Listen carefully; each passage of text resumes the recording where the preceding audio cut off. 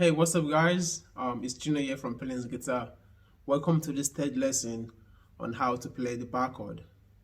So, on the two previous lessons that we've done, we've checked out how to use the E minor shape and the E major shape to play the bar chords.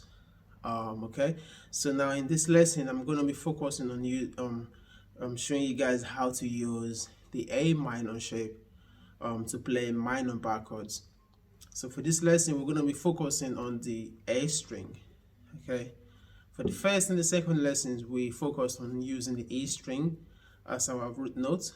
But for this third lesson, we're going to be checking how to use the A string for our root note. All right.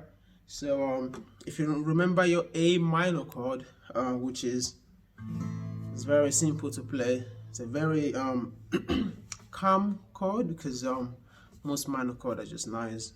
So that's your A minor. So right here I have my, just before I go on, let me just mention this, that when you want to play bar chord, you should try and form this habit of starting to use your second finger instead of your first finger. This is really good as you go on to play more bar chord. You always want your first finger to be free.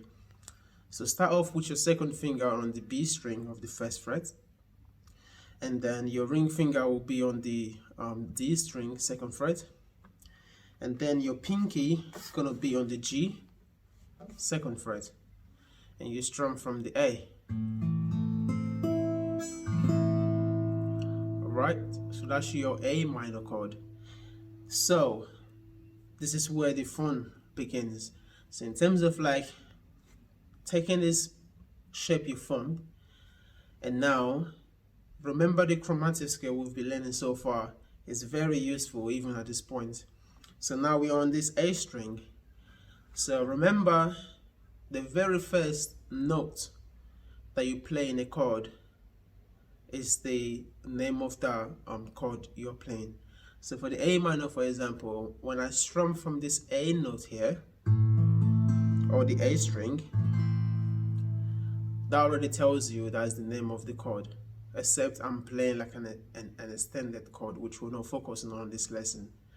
So if you take your first finger, so we just place our first finger right on before I form the shape, I need to move this A minor shape here. So if I move it down here just to the second fret, so I'm starting from the second fret, and then also on the third fret. So if I take this finger and then I do a bar from the first fret, so now I have the A sharp minor. Okay, so A sharp minor, we don't really use A sharp minor that much in songs, but some songs do use A sharp minor. But I rarely play. I can't remember the last time I've played A sharp minor in this position. So with the chromatic scale, so we have the A, which is the open, okay, A sharp, but because it's a minor, we have A sharp minor. Now if I slide one more time, so I'm starting off from the second fret, I have the B minor chord.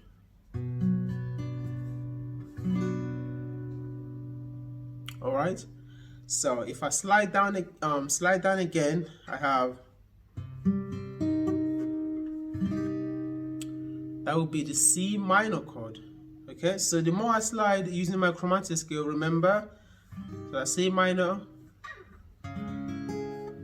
C sharp minor, D minor, okay, exactly the same as this D minor that we have here. You can hear they sound very similar. So that's the D minor. If you slide again, D sharp minor, then we have the E minor. This E minor is also the same as this E minor. So on here, it's just gone higher, so the tone is a bit higher than this one here. And then you have the F minor, okay, F sharp minor. So it just goes on and on and on until it gets to the 12th fret, where you have the A minor again.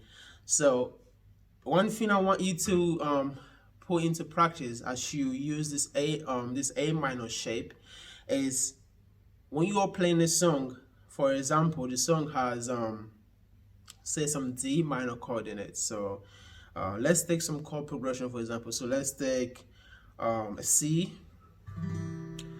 So you can start off with your open chord, C, and then it has a G, so G. Then you can play the D minor,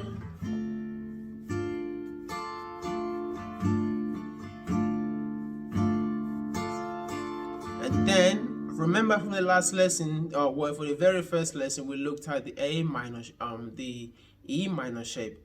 Okay, so now if you use the E minor shape, just if you want to go up now, we could just go up to an A minor chord. So take off this middle finger, move our first finger up, and move our two fingers up one each string. And we have A minor chord.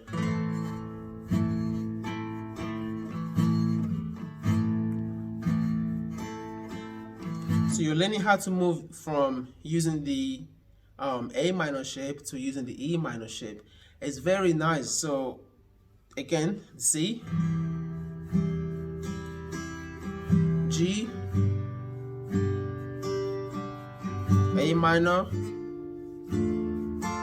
sorry, D minor, so A minor,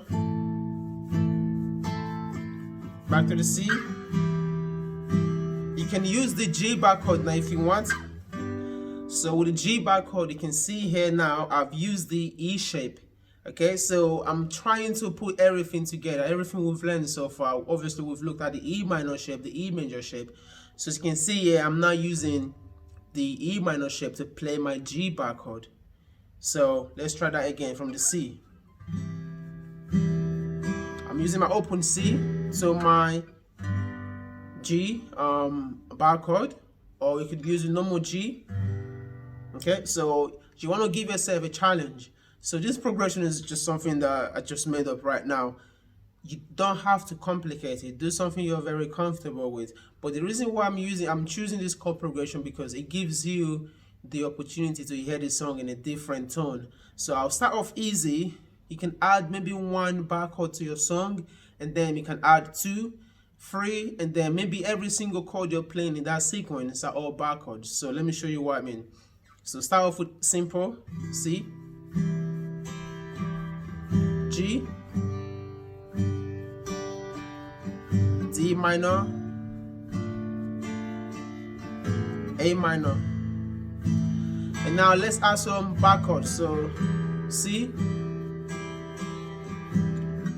G. Now let's do D minor bar chord. Let's go to normal A minor for now. The next one we're gonna have the A minor bar chord at the end. So let's go back to C, C, G,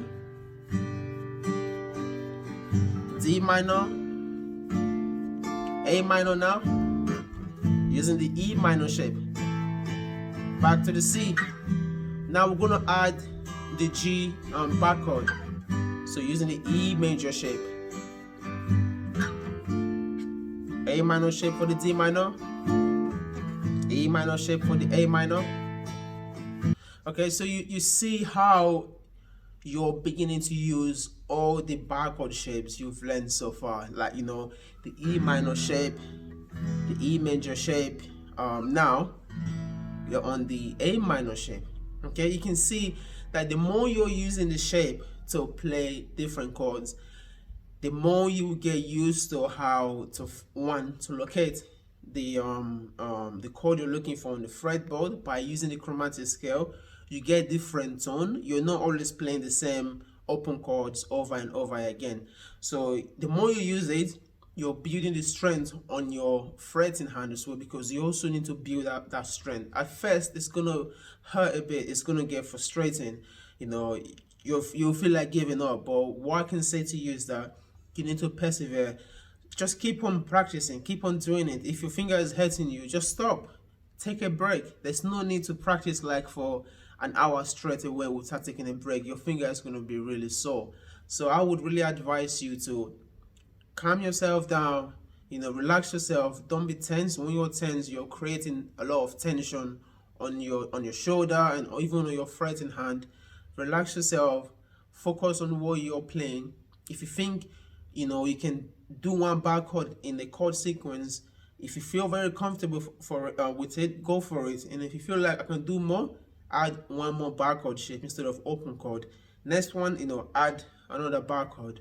But always give yourself the opportunity to let your hand relax. So instead of like maybe playing 3 bar chords, try and see if you can play 2 or even just 1, just to give your finger time to rest. So I will link a video as part of this song, just to show you some songs that I've used, the chord progressions that I've shown you in this video. So just for you to get more practice on your finger, under your finger, and also playing songs that you're familiar with. So I hope you guys have learned something new in this lesson. And if you have, don't forget to subscribe to my channel. Don't forget to leave any comment if you have any question. If you're struggling in any area, please let me know and I will try and support you online. So take care guys and enjoy your weekend.